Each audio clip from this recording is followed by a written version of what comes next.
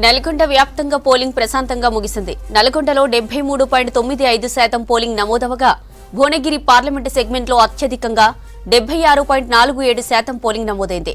ఇక ఉదయం వరకు స్ట్రాంగ్ రూమ్లకు ఈవీఎంలు చేరుకున్నాయి. నల్గొండలోని దుప్పలపల్లిలోని సెంట్రల్ వేర్ హౌసింగ్ గోదాం, భువనగిరి అరోరా ఇంజనీరింగ్ కాలేజీలో ఈవీఎంలను భద్రపరిచారు. స్ట్రాంగ్ రూమ్లకు ఈవీఎంలు, వాటి భద్రతకు సంబంధించి మరిన్ని డీటెయిల్స్ నల్గొండ నుంచి శేఖర్ అందిస్తారు. శేఖర్, చెప్పండి, ఓవర్ టు యూ.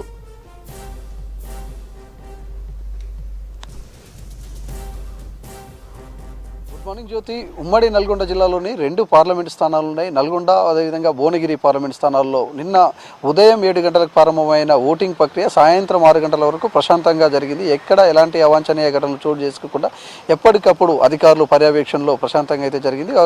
మరోవైపు ఎలాంటి ఫిర్యాదులు కూడా అందలేదు. గతంలో అసెంబ్లీ ఎన్నికలు కావచ్చు, పార్లమెంట్ ఎన్నికల్లో పెద్ద ఎత్తున హడావిడి ఉండేది. కానీ నిన్న ఎలాంటి హడావిడి లేకుండా చాలా కూల్గా పోలింగ్ ప్రక్రియ అయితే జరిగింది. గతంతో పోలిస్తే 2019లో పోలింగ్ చూస్తే మాత్రం 62.72% నమోదైంది. కానీ ఈసారి అత్యధికంగా భువనగిరిలో, రాష్ట్రంలోనే అత్యధికంగా భువనగిరి పార్లమెంట్ సెగ్మెంట్లో పోలింగ్ శాతం నమోదైంది. 76.47% అక్కడ ఓటింగ్ ప్రక్రియ నమోదు కాగా అటు భువనగిరికి సంబంధించి అంటే నల్గొండ పార్లమెంటు స్థానంలో 73.95% ఓటింగ్ జరిగింది. ఓవరాల్గా చూస్తే భువనగిరి సెగ్మెంట్లో అత్యధికంగా ఓటింగ్ ప్రక్రియ జరిగింది అని చెప్పుకోవచ్చు. ఎక్కడ ఎలాంటి అవాంఛనీయ ఘటనలు చోటు చేసుకోలేదు.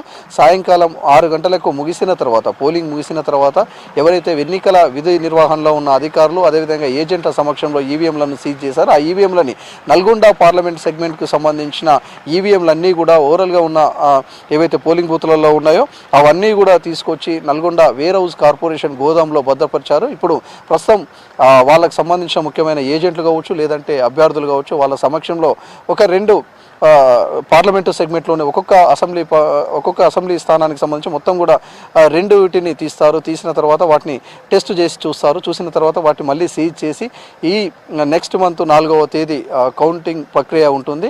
ఇప్పటికే అన్నీ కూడా మొత్తం ఎక్కడైతే పోలింగ్ స్టేషన్లలో ఉన్న ఈవీఎంలు ఉన్నాయో ఆ ఈవీఎంలు అన్నిటిని కూడా వేర్ హౌస్ కార్పొరేషన్ గోదాంకు పెళ్లి నల్గొండకి తరలించారు. అన్నీ కూడా ఇప్పుడు భద్రపరుచుతున్నారు. ఇక్కడ 144 సెక్షన్ అమలు చేయడంతో పాటు భారీ భద్రత, కేంద్ర బలగాల మోహరింపు, అదేవిధంగా ఎప్పటికప్పుడు ఈ చుట్టూ కూడా ఏవైతే ఈవీఎంలను భద్రపరిచారో ఆ ఈవీఎంలను భద్రపరిచిన స్థలం చుట్టూ కూడా సీసీ కెమెరాలను, వెబ్ కెమెరాల ద్వారా ఎప్పటికప్పుడు పరిశీలిస్తూ ఉంటారు. ఇక భువనగిరి పార్లమెంటుకు సంబంధించి కూడా ఎక్కడ ఓవరాల్గా ఉన్న ఏవైతే ఈవీఎంలు ఉన్నాయో అవన్నీ కూడా అరోరా ఇంజనీరింగ్ కాలేజీకి తరలించారు. అక్కడ పెద్ద ఎత్తున బందోబస్తు ఏర్పాటు చేయడంతో పాటు అక్కడ ఎవరికి కూడా అనుమతించడం లేదు. అదేవిధంగా 144 సెక్షన్ అమల్లో ఉంటుంది. ఈవీఎంలు భద్రపరిచిన స్థలంలో 144 సెక్షన్ అమల్లో ఉండడంతో పాటు దాదాపు 100 మీటర్ల అవతలనే ఎవరైనా ఉండాలి. ఎవరిని కూడా లోపలికి అనుమతించారు. అదేవిధంగా ఎప్పటికప్పుడు వెబ్ క్యామ్లు, సీసీ కెమెరాల ద్వారా పర్యవేక్షణ, కేంద్ర బలగాలకు సంబంధించి గస్తీ నిర్వహిస్తూ వాటిని భద్రపరిచిన స్థలం దగ్గర గస్తీ నిర్వహిస్తారు. నెక్స్ట్ మంత్ 4వ తేదీ కౌంటింగ్కు సంబంధించి ఆ రోజు ఉదయం ఏజెంట్ల సమక్షంలో, అదేవిధంగా అభ్యర్థుల సమక్షంలోనే ఆ ఈవీఎంలను ఓపెన్ చేసి కౌంటింగ్ ప్రారంభమవుతుంది. అయితే ఈసారి చూడొచ్చు ఓటింగ్కు సంబంధించి మాత్రం ఓటింగ్ శాతం పెరిగింది. అదేవిధంగా ఆ ఓటుకు నమోదు చేసుకున్న వారి సంఖ్య కూడా పెరిగింది. గతంతో పోలిస్తే ఈసారి మాత్రం ఎక్కువనే ఉందని చెప్పుకోవచ్చు. నల్గొండ పార్లమెంటుకు సంబంధించి 17,25,465 మంది ఓటర్లు ఉంటే అత్యధికంగా మహిళా ఓటర్లే నల్గొండ పార్లమెంట్లో ఉన్నారు. ఇక భువనగిరికి వచ్చేసి 18,08,585 మంది ఓటర్లు ఓటింగ్కు సంబంధించి తమ ఓటును వినియోగించుకునే వాళ్ళు ఉండేది. కానీ ఓవరాల్గా చూస్తే మాత్రం కొంత ఓటింగ్ శాతం అంటే 80%కు పైచిలికే వస్తుంది అని చెప్పేసి అధికారులు కావచ్చు, అభ్యర్థులు కావచ్చు అంచనా వేశారు. కానీ కొంత తగ్గిందని చెప్పుకోవచ్చు.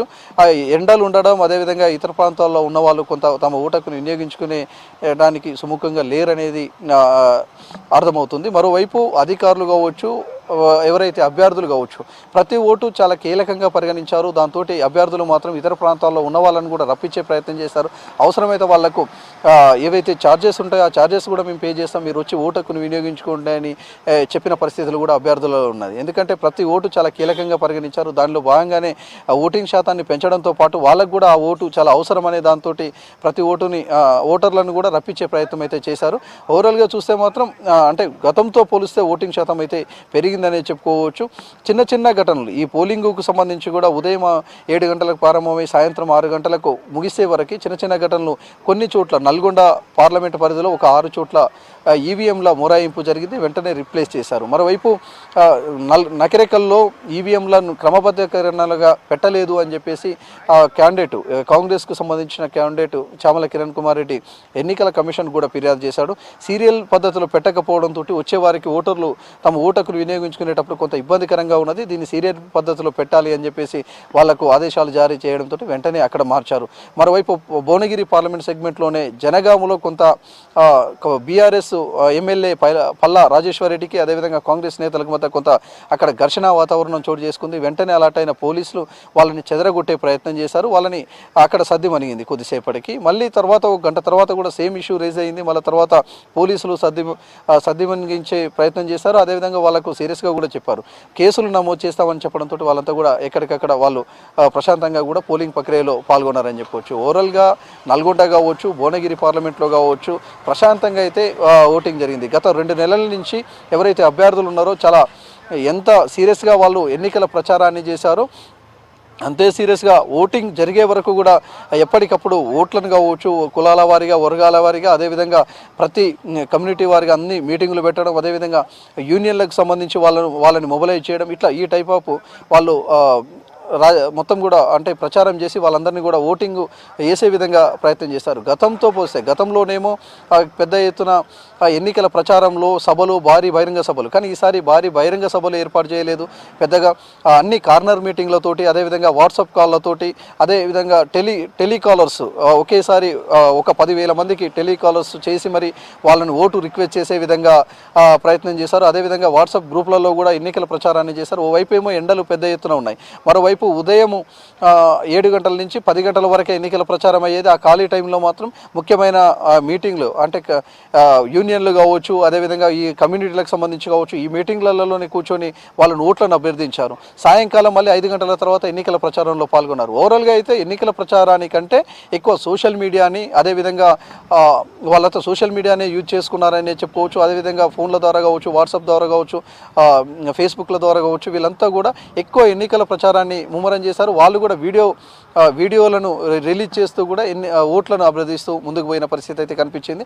వాళ్ళు ఎవరి భవిష్యత్తు ఎలా ఉంది అనేది నిన్న పోలింగ్కు సంబంధించి అయిపోయిన తర్వాత నెక్స్ట్ మంత్ 4వ తేదీ జూన్ 4వ తేదీ రిజల్ట్ వస్తుంది. ఉదయాన్నే కౌంటింగ్ ప్రక్రియ ప్రారంభమవుతుంది. ఎవరి భవిష్యత్తు ఎలా ఉంది, ఎవరు ఇక్కడ ఎంపీగా గెలవబోతున్నారు అనేది ఈ ఈవీఎంలలో దాగి ఉన్నది. ఇంకా ఆ రోజు వాళ్ళ భవిష్యత్తు తేలే అవకాశం ఉంది. ఇప్పటికే రిలాక్స్ అయిన నాయకులు, నిన్నటితోటి రిలాక్స్ అయిన అభ్యర్థులు కావచ్చు, వివిధ పార్టీలకు సంబంధించిన నాయకులు కావచ్చు, ఎప్పటికప్పుడు లెక్కలు వేసుకుంటున్నారు.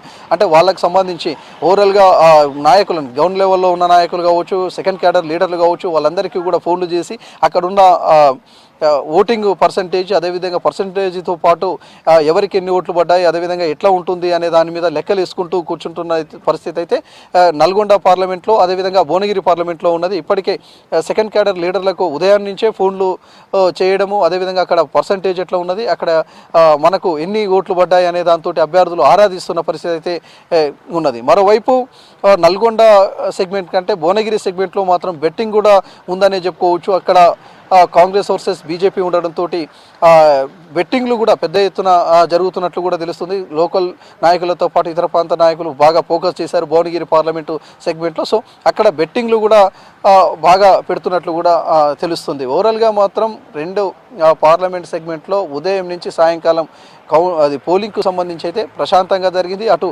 ఎన్నికల ప్రచారంలో కూడా అడావిడి లేకుండా 2 నెలల నుంచి ఎలాంటి అడావిడి లేకుండా చాలా ప్రశాంతంగా అయితే ముగిశారు. ఈ ఎన్నికలే అంటే గతంతో పోలిస్తే ఈ ఎన్నికలు అయితే చాలా కూల్గా జరిగాయని చెప్పుకోవచ్చు. ఓవరాల్గా మాత్రం ఇప్పుడు ప్రస్తుతం అయితే అందరూ అంటే జిల్లా ఎన్నికల రిటర్నింగ్ అధికారి నల్గొండ దాసరి హరిచందన, అదేవిధంగా జిల్లా ఎస్పీతో పాటు అందరూ అధికారులు, అభ్యర్థులకు సంబంధించిన వాళ్ళందరూ వచ్చారు. వాళ్ళంతా కూడా ఇప్పుడు లోపల కౌంటింగ్ హాల్ లోపల ఈవీఎంలకు సంబంధించి భద్రపరిచే స్థలం దగ్గర వాళ్ళ సమక్షంలోనే భద్రపరుస్తూ వాటిని సీజ్ చేసి మొత్తం ఓవరాల్గా వాటిని లాకేసే పనిలో మాత్రం అధికార యంత్రాంగం ఉంది. ఈ తర్వాత మళ్ళీ ఎవరిని కూడా లోపలికి అనుమతి ఇవ్వకుండా కౌంటింగ్కు మాత్రం సిద్ధమవుతున్నారని చెప్పుకోవచ్చు. Jyothi. Right, thank you Shekhar.